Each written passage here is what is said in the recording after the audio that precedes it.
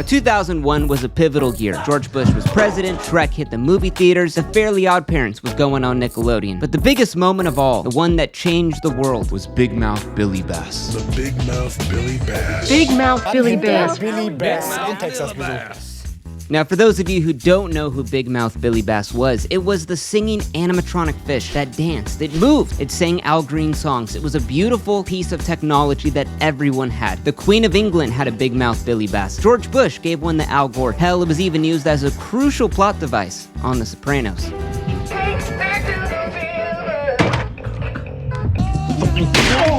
Just to put it in perspective, the company that sold these made over $100 million in 12 months just selling these stupid singing fish. Outselling Tickle Me Elmo. Tickle Me Elmo. I know, it's hard to believe. Now, looking back on it, historians say Big Mouth Billy Bass was really the peak of Western civilization because it all kind of went downhill from there. Cultures that don't do that are dead. They're done. Because as fast as Billy came and we put him up on the walls and saw him dance and sing and we all laughed, was as fast as we ripped him off the walls and sent him out to the Goodwill. And today we're left with a bit of a question. What the hell ever happened to Big Mouth Billy Bass?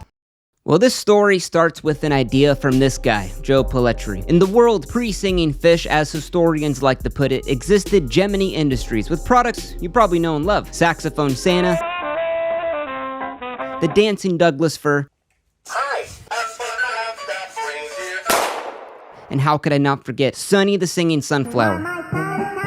Though that last one was a total dud. Thing wasn't selling. So Gemini would hire on Joe Pelletri, who's got an MBA in marketing, what does that mean? So Gemini would hire Joe Pelletri to bring more big ideas to the table and figure out how to sell more novelty kish crap to the masses. Now on his first day, he asked a simple question to the executives. Why just one flower? Why not a whole dancing pot of them? Oh my god, Joe, genius, a big idea. You may be asking why? Because Joe's dancing pot of flowers would get put into production and became an instant hit with the retirement community of America, the seniors that we all love over here. Now from this, Joe would earn himself a promotion to the VP of Product Development. Now in his new office, high above the worker bees at Gemini with this big fat title, Joe was in a dilemma because he needed another big idea as corporate had hired him for. He just couldn't stand to be known as the dancing pot of flowers guy. He knew he was destined for greater. Farting Santa Claus?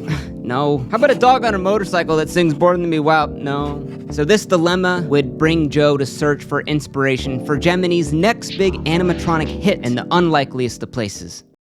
Now Joe's wife was noticing he was getting stressed out from work trying to brainstorm this next big idea and would mandate that he needs to go on a road trip to get away from it all. Now as they're hitting the highway, they make a little pit stop, Bass Pro Shops. And while his wife Barbara and him are walking around, she walks up to him and asks him a single question that would change the world. How about a singing fish on a plaque? Oh my god! Now when Joe heard this, he knew that this was a dank idea and even added on. What if the fish sang, "Take me to the river"? Oh my god, and the thing even danced. Oh my god, what a genius idea. Now Joe knew right then and there, this thing was it. A fish that would sing and dance from a plaque. It would look like a taxidermy thing you brought home from your weekend trip. It was perfect. Now rather than just rush out some other half-assed idea novelty for Gemini, Joe would spend a year trying to perfect this design, asking questions like what kind of fish, what kind of plaque, what color would it be? You know, just the little things, those little details. Though this whole road, or the river, to Billy's success, it wasn't all just sunshines and rainbows. Because when Joe spent an entire year working on this prototype and took it to his boss, Joe's boss said straight up, "It looks disgusting. Who the hell would put a plastic fish on their wall?" And then he told him this. Kill it. Man, ouch. That's gotta hurt. Now, after working on it for a whole year, when everyone told him no, Joe would still believe in this idea and work on it on the secret. He would try to keep perfecting this fish to get it to a point where his boss could sign off on it because he knew that this thing was gonna be a hit. Now, Joe said from this time, "I didn't directly disobey my boss. I just ignored him." Now, Joe knew if he was gonna do this right, he needed some help. He needed some experts, someone to show him the way of the fish. So he would enlist taxidermists to determine the best breed of fish and then make sure the thing was even anatomically correct. And then a team of mechanics and engineers to help him tackle the biggest problem of this entire thing. How to make the head turn. Now, while today this might seem a bit like, that can't be that hard to make, this thing for its head to turn was insane for the time. Mind you, this is like the late 90s. Mass-manufactured animatronics were not a thing yet. So just the idea of the mouth, the head, and the tail wagging all at the same time, all to the same beat of the song, that required some serious engineering, a state-of-the-art mechanism. It was a simpler time, let's be honest. But this head turn, Joe was stuck on it. He knew the thing had the turn, and that head turn would be the key to Billy's success. And also for Joe's boss to give him the green light. Debuting as the Big Mouth Billy Bass at the Atlanta Gift Convention, very prestigious mind you, Gemini just didn't understand how big this thing would be. But you know who did? The retailers that were there. They knew this thing would be a hit, and so much so that just within the first 2 shipments delivered to a Spencer's Gift at one location sold out in 2 days. And there were over 500 Billies sent out to a Bass Pro Shops at one store, and they sold out in 1 hour. They were cleaned out. This thing was hot. Everywhere this went, Cracker Barrel, Spencer's Gift, Bass Pro Shops, everyone wanted this because they were selling like crazy. Once Billy hit the shelves, it just did not stay there for long. People couldn't get enough of it. It was like the singing, it was the dancing, it was how it's kind of scared you when you first saw it. The whole thing was beautifully tied in together.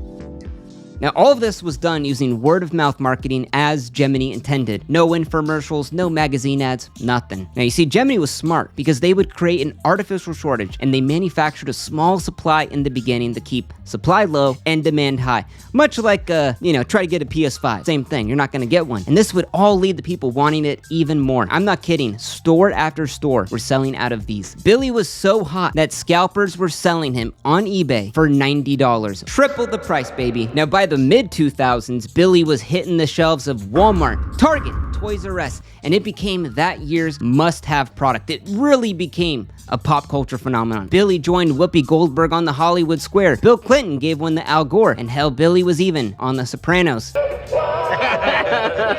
Not just once, but like multiple times. Big Mouth Billy Bass. What is that? Oh, those are good. Now, in its first year, Billy reached over $100 million in revenue, outselling Tickle Me Elmo. Imagine that, a plastic fish outselling Tickle Me Elmo. Now, it wasn't just Gemini lining their pockets. Al Green, the guy whose song is on here, said that he made more money from the royalties of this fish than any other source in his lifetime.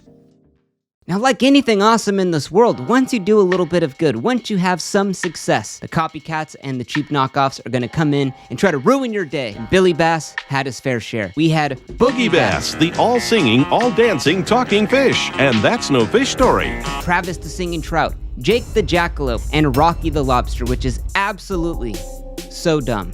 Why? Why would you buy that?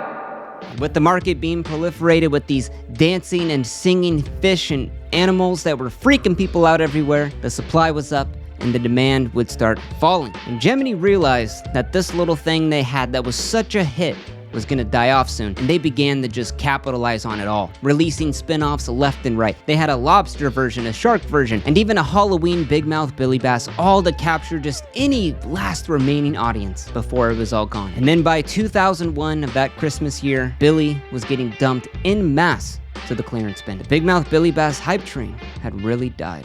Until today, because Billy is making a huge comeback. Like with anything old, it's becoming cool again. Head over to Memphis and you're gonna see the Billy Bass Adoption Center restaurant. Or go head over to Chicago where they got 70 Billies programmed together and they all sing these songs. I can't play the songs on here, but oh my god, this shit is so fucking funny. And Billy has even been resurrected as an Alexa smart device that will sing whatever you want. Now, the era that Big Mouth Billy Bass existed in was a great time. It was a time when you could see a singing latex fish on TV and just pick up the phone and dial a number and immediately get it shipped to you. And today, we can remember those things by looking at Big Mouth Billy Bass. Now, today, Joe is not working at Gemini Industries anymore. He's working for another company, still producing novelties, which more are of the pump-up, blow-up type. No, not that kind. He's making Halloween dolls, if you know what I mean. Now, Big Mouth Billy Bass has a piece of my heart from my childhood, and even buying this one today, it's really brought back all of these memories of, personally, I was freaked out by it. But that's fine. Now, this is just simply a fad. There's so many fads that exist. There's so many fads that will exist in the future. So maybe it's you that's got the next big idea that's gonna change the world and be that viral sensation.